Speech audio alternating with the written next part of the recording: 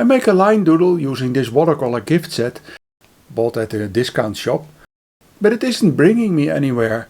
It's all too controlled. Even worse, it drains my energy. Time to break out, literally.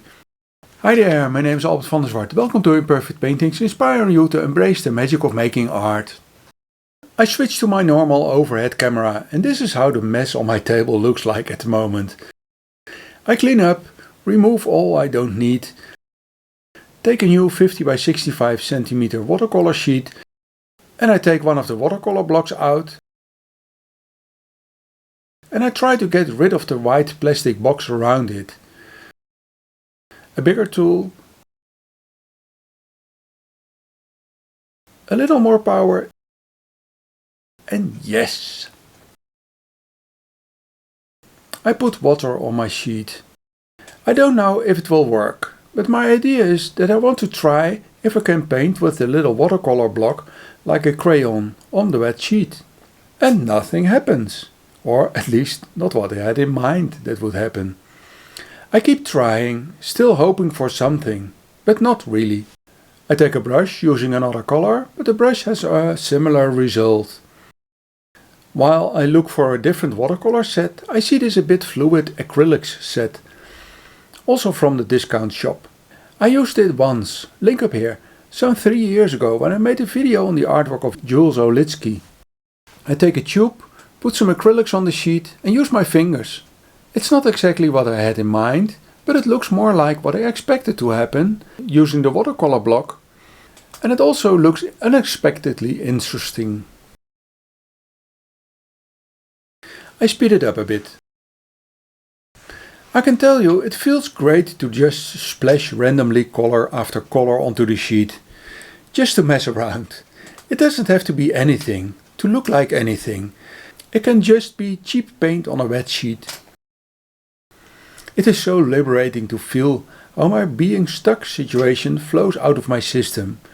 It's such a good example of how my doing mantra works. Instead of moaning about whatever, do something. Just anything. And if it doesn't work, do something else.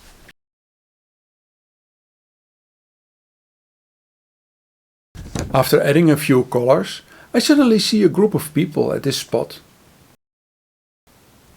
I always see faces and other things in my artwork. Sometimes I point them out, sometimes I just say hello. Moving the wet paint around like this is a nice tactile extra. It helps me to feel free, open, and I'm enjoying myself. Ideas pop up and I now see options again to proceed. I take a few 10 by 15 cm sheets and make a number of prints, or whatever the name is for working like this. When I work with a wet sheet like this and turn it from a painting of nothing into a palette to make prints from, I'm always curious to see what will come out. Will it work?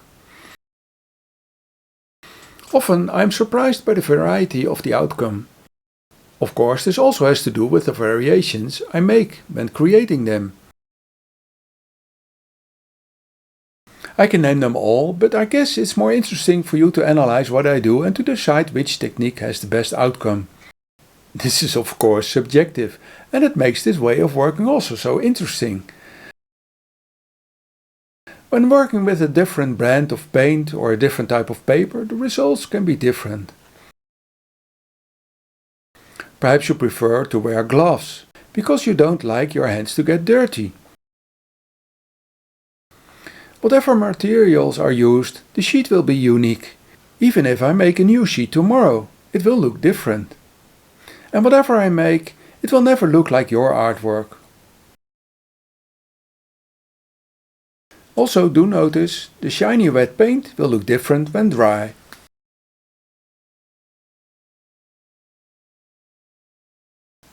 What I do like about the colors I work with today is that they seem a bit muted. Probably because the discount store paint isn't made with the best pigments.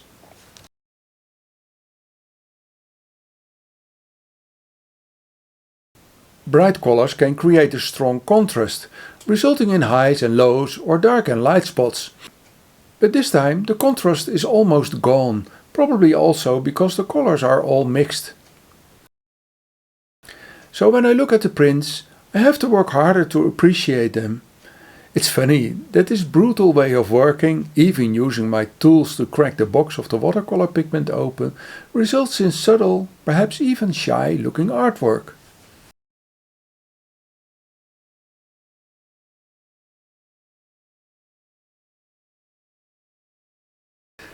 Now I have this artwork. Let's just call it artwork. I want to look for a way to let it shine. During the making process I showed pictures of the artwork on my table. But let's see how the background can have an influence. Here on the table. Now on a white sheet.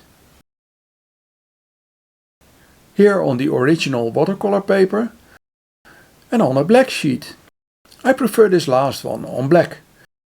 Now one step further, in a frame. And a passepartout, and now together. A dirty hand masterpiece. And now a new show of all of them on a black background. Just a quick glance. Not all are great, but the funny thing is that when I look at them like this, I pay more attention to all of them. I also observe them in the same way and I try to find beauty in all of them. Some are nicer, some need perhaps a little extra. I especially like these. Let's go back to see what I did. When I take them apart, they almost look identical. Now I rub one sheet over the other, making irregular markings. What I like about them is they don't look special, color-wise or contrast-wise, but the lack of color, focus or contrast only leaves their subtlety to look at. Cheap paint, a watery sheet and uncontrolled finger painting just paid off.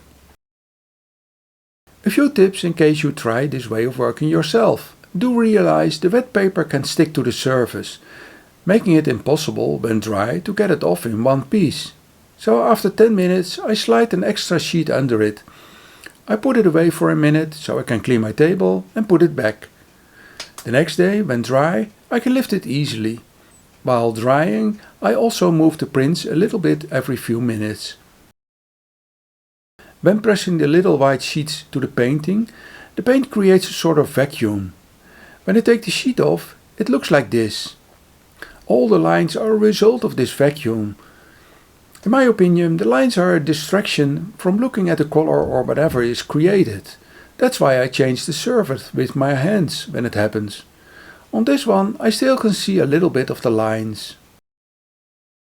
Painting can lead to all sort of things. Curious? Just click on the link and I will see you over there in the next video. Thanks for watching and have a wonderful day.